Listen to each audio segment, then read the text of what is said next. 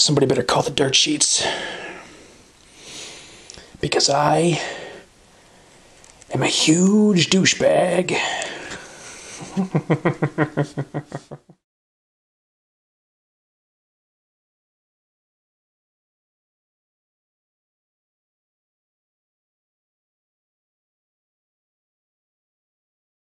It's come to my attention that I actually misquoted Frankie Kazarian in my last video. I said he tweeted me saying, "Enjoy your win," when in fact he said, "Have fun with your win." I don't know how I got that wrong exactly, but mistakes do happen. Anyway, before I get to Impact, I want to cover the Mickie James thing for a minute. I think it's cool. I would have rather they go after someone like Sarah Del Rey, but that's not going to happen, unfortunately. But I'm not unhappy about Mickie, because with her basically being the top WWE diva for like several years, they finally have a woman who has a real reason to get more screen time than the beautiful people. Here's my concern. I don't know if this is going to happen, but I have a bad feeling it's going to happen. They have no one for her to feud with. They have no strong heels right now. Madison Rayne is the only heel they built up at all in the last year, and her push flopped. I think they finally started to realize that it didn't work. I mean, she just got buried by Velvet Sky, for Christ's sake, and you can't get much lower than that. So they got no strong heels, and really, they got no strong faces either. All they got is the beautiful people, and they suck. And since they have so few options, I'm afraid that's what they're going to go with. Because when Mickie comes in, who are they going to want to feud her with? Angelina. That means the beautiful people are turning heel. So I guess they'll use the Bound for Glory match to wrap up this Beautiful People Madison Rayne program. Then they'll get Mickie in the ring with the beautiful people, and the writers will feud them for the next year. And I really don't want to see that at all. The beautiful people are stale as hell. They've been overexposed till the cows come home, and there are no compelling matches in that feud either. I don't see Mickie and Angelina matching up particularly well. She'd be pissing in the wind trying to pull a good match out of Velvet, and Lacey is just completely fucking worthless. Plus, for any WWE fans who are watching SmackDown towards the end of Mickie's run in that company, does Mickie James versus the beautiful people remind you of anything? Just a thought. Mickie versus Hamada, Sarita, Taylor, Daphne, that would be something good, but we're not going to see it. TNA don't care about those women anymore. They only care about the beautiful people, Tara, and now Mickie. It's good that they signed another woman who can wrestle, but it's not going to change anything. They're still going to have the same problems they had before. Instead of the beautiful people having lackluster matches with Madison Rayne and Tara, it'll be the beautiful people having lackluster matches with Mickie James.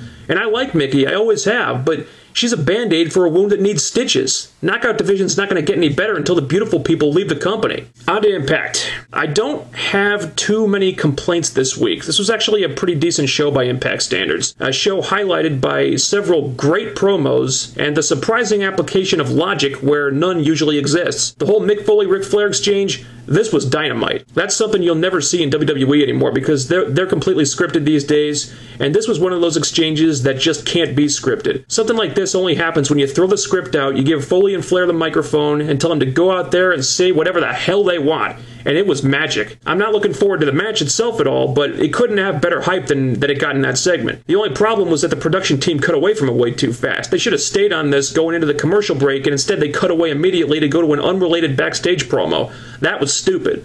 But TNA's always done that, and they're probably not going to stop now. But look what they did here. They announced a big match for next week's show.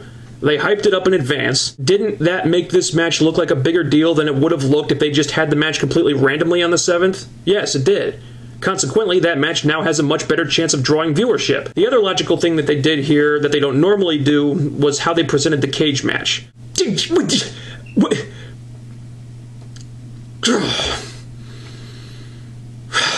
Once again, completely idiotic to give away the cage match for free 2 weeks before they want fans to pay to see one on pay-per-view, but at least they used a little bit of common sense in how they booked it. The show starts, and one of the top stars in the company hits the ring, he sets up the match immediately, he makes it look important, the other guy comes out, they fight, thus getting people excited to see the match. And when it happens, it's the main event and it gets time to tell a story. It's not rocket science, but in any sane, logical universe, this is how you would typically present a match like that. Unfortunately, that's not a universe the TNA writers usually reside in.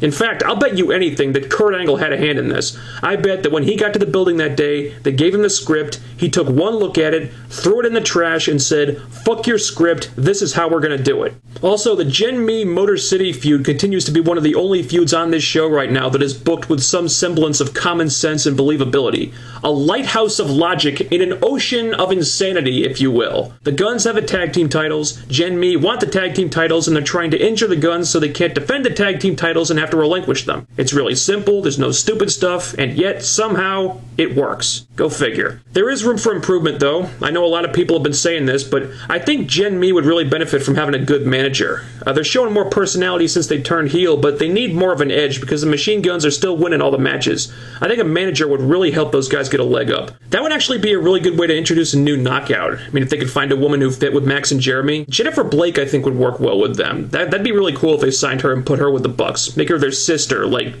Jenny Buck or something like that. Besides, somebody needs to get on board with Jennifer Blake. I'm actually really surprised nobody's signed her yet.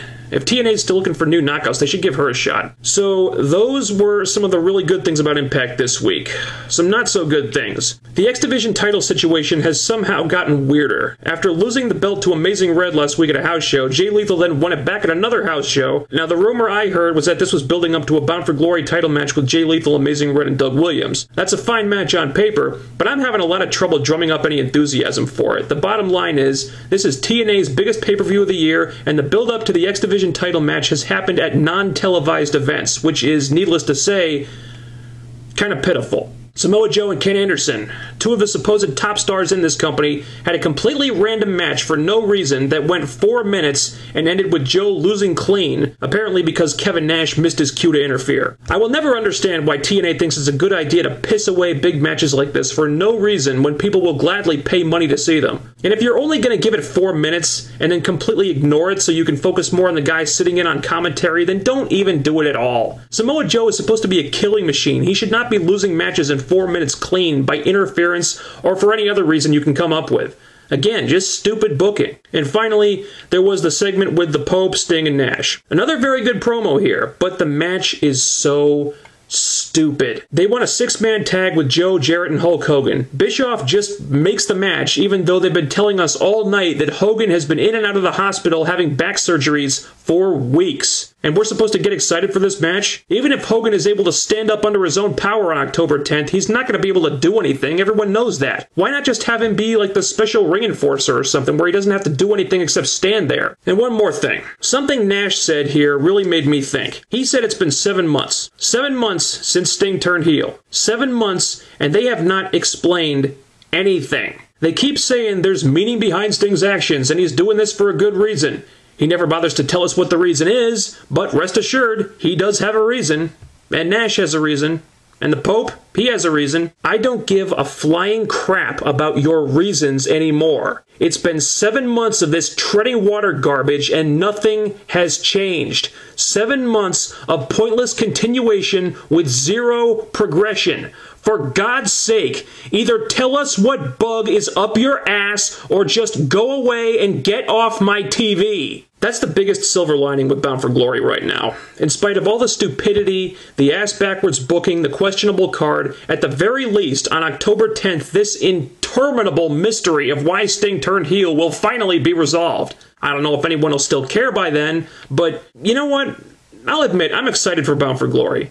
Not because I think it's going to be a great show necessarily, but there's been so much mystery and unexplained bullshit with this 10-10-10 thing, and Bischoff and Hogan and Sting and Nash, and how it could all possibly fit together somehow, that I have to see how they pull this off. Will it be a train wreck? Almost definitely. But it's going to be the most glorious fucking train wreck you've ever seen. I think Spoonie said it right on Wrestle Wrestle. It's going to be artistic. Like driving by the site of some insanely gruesome car crash. It's horrifying, but try as you might, you just can't look away. So, until next week, when we get more unnecessary gimmicks and the debut of the long-awaited Jersey Shore characters, later.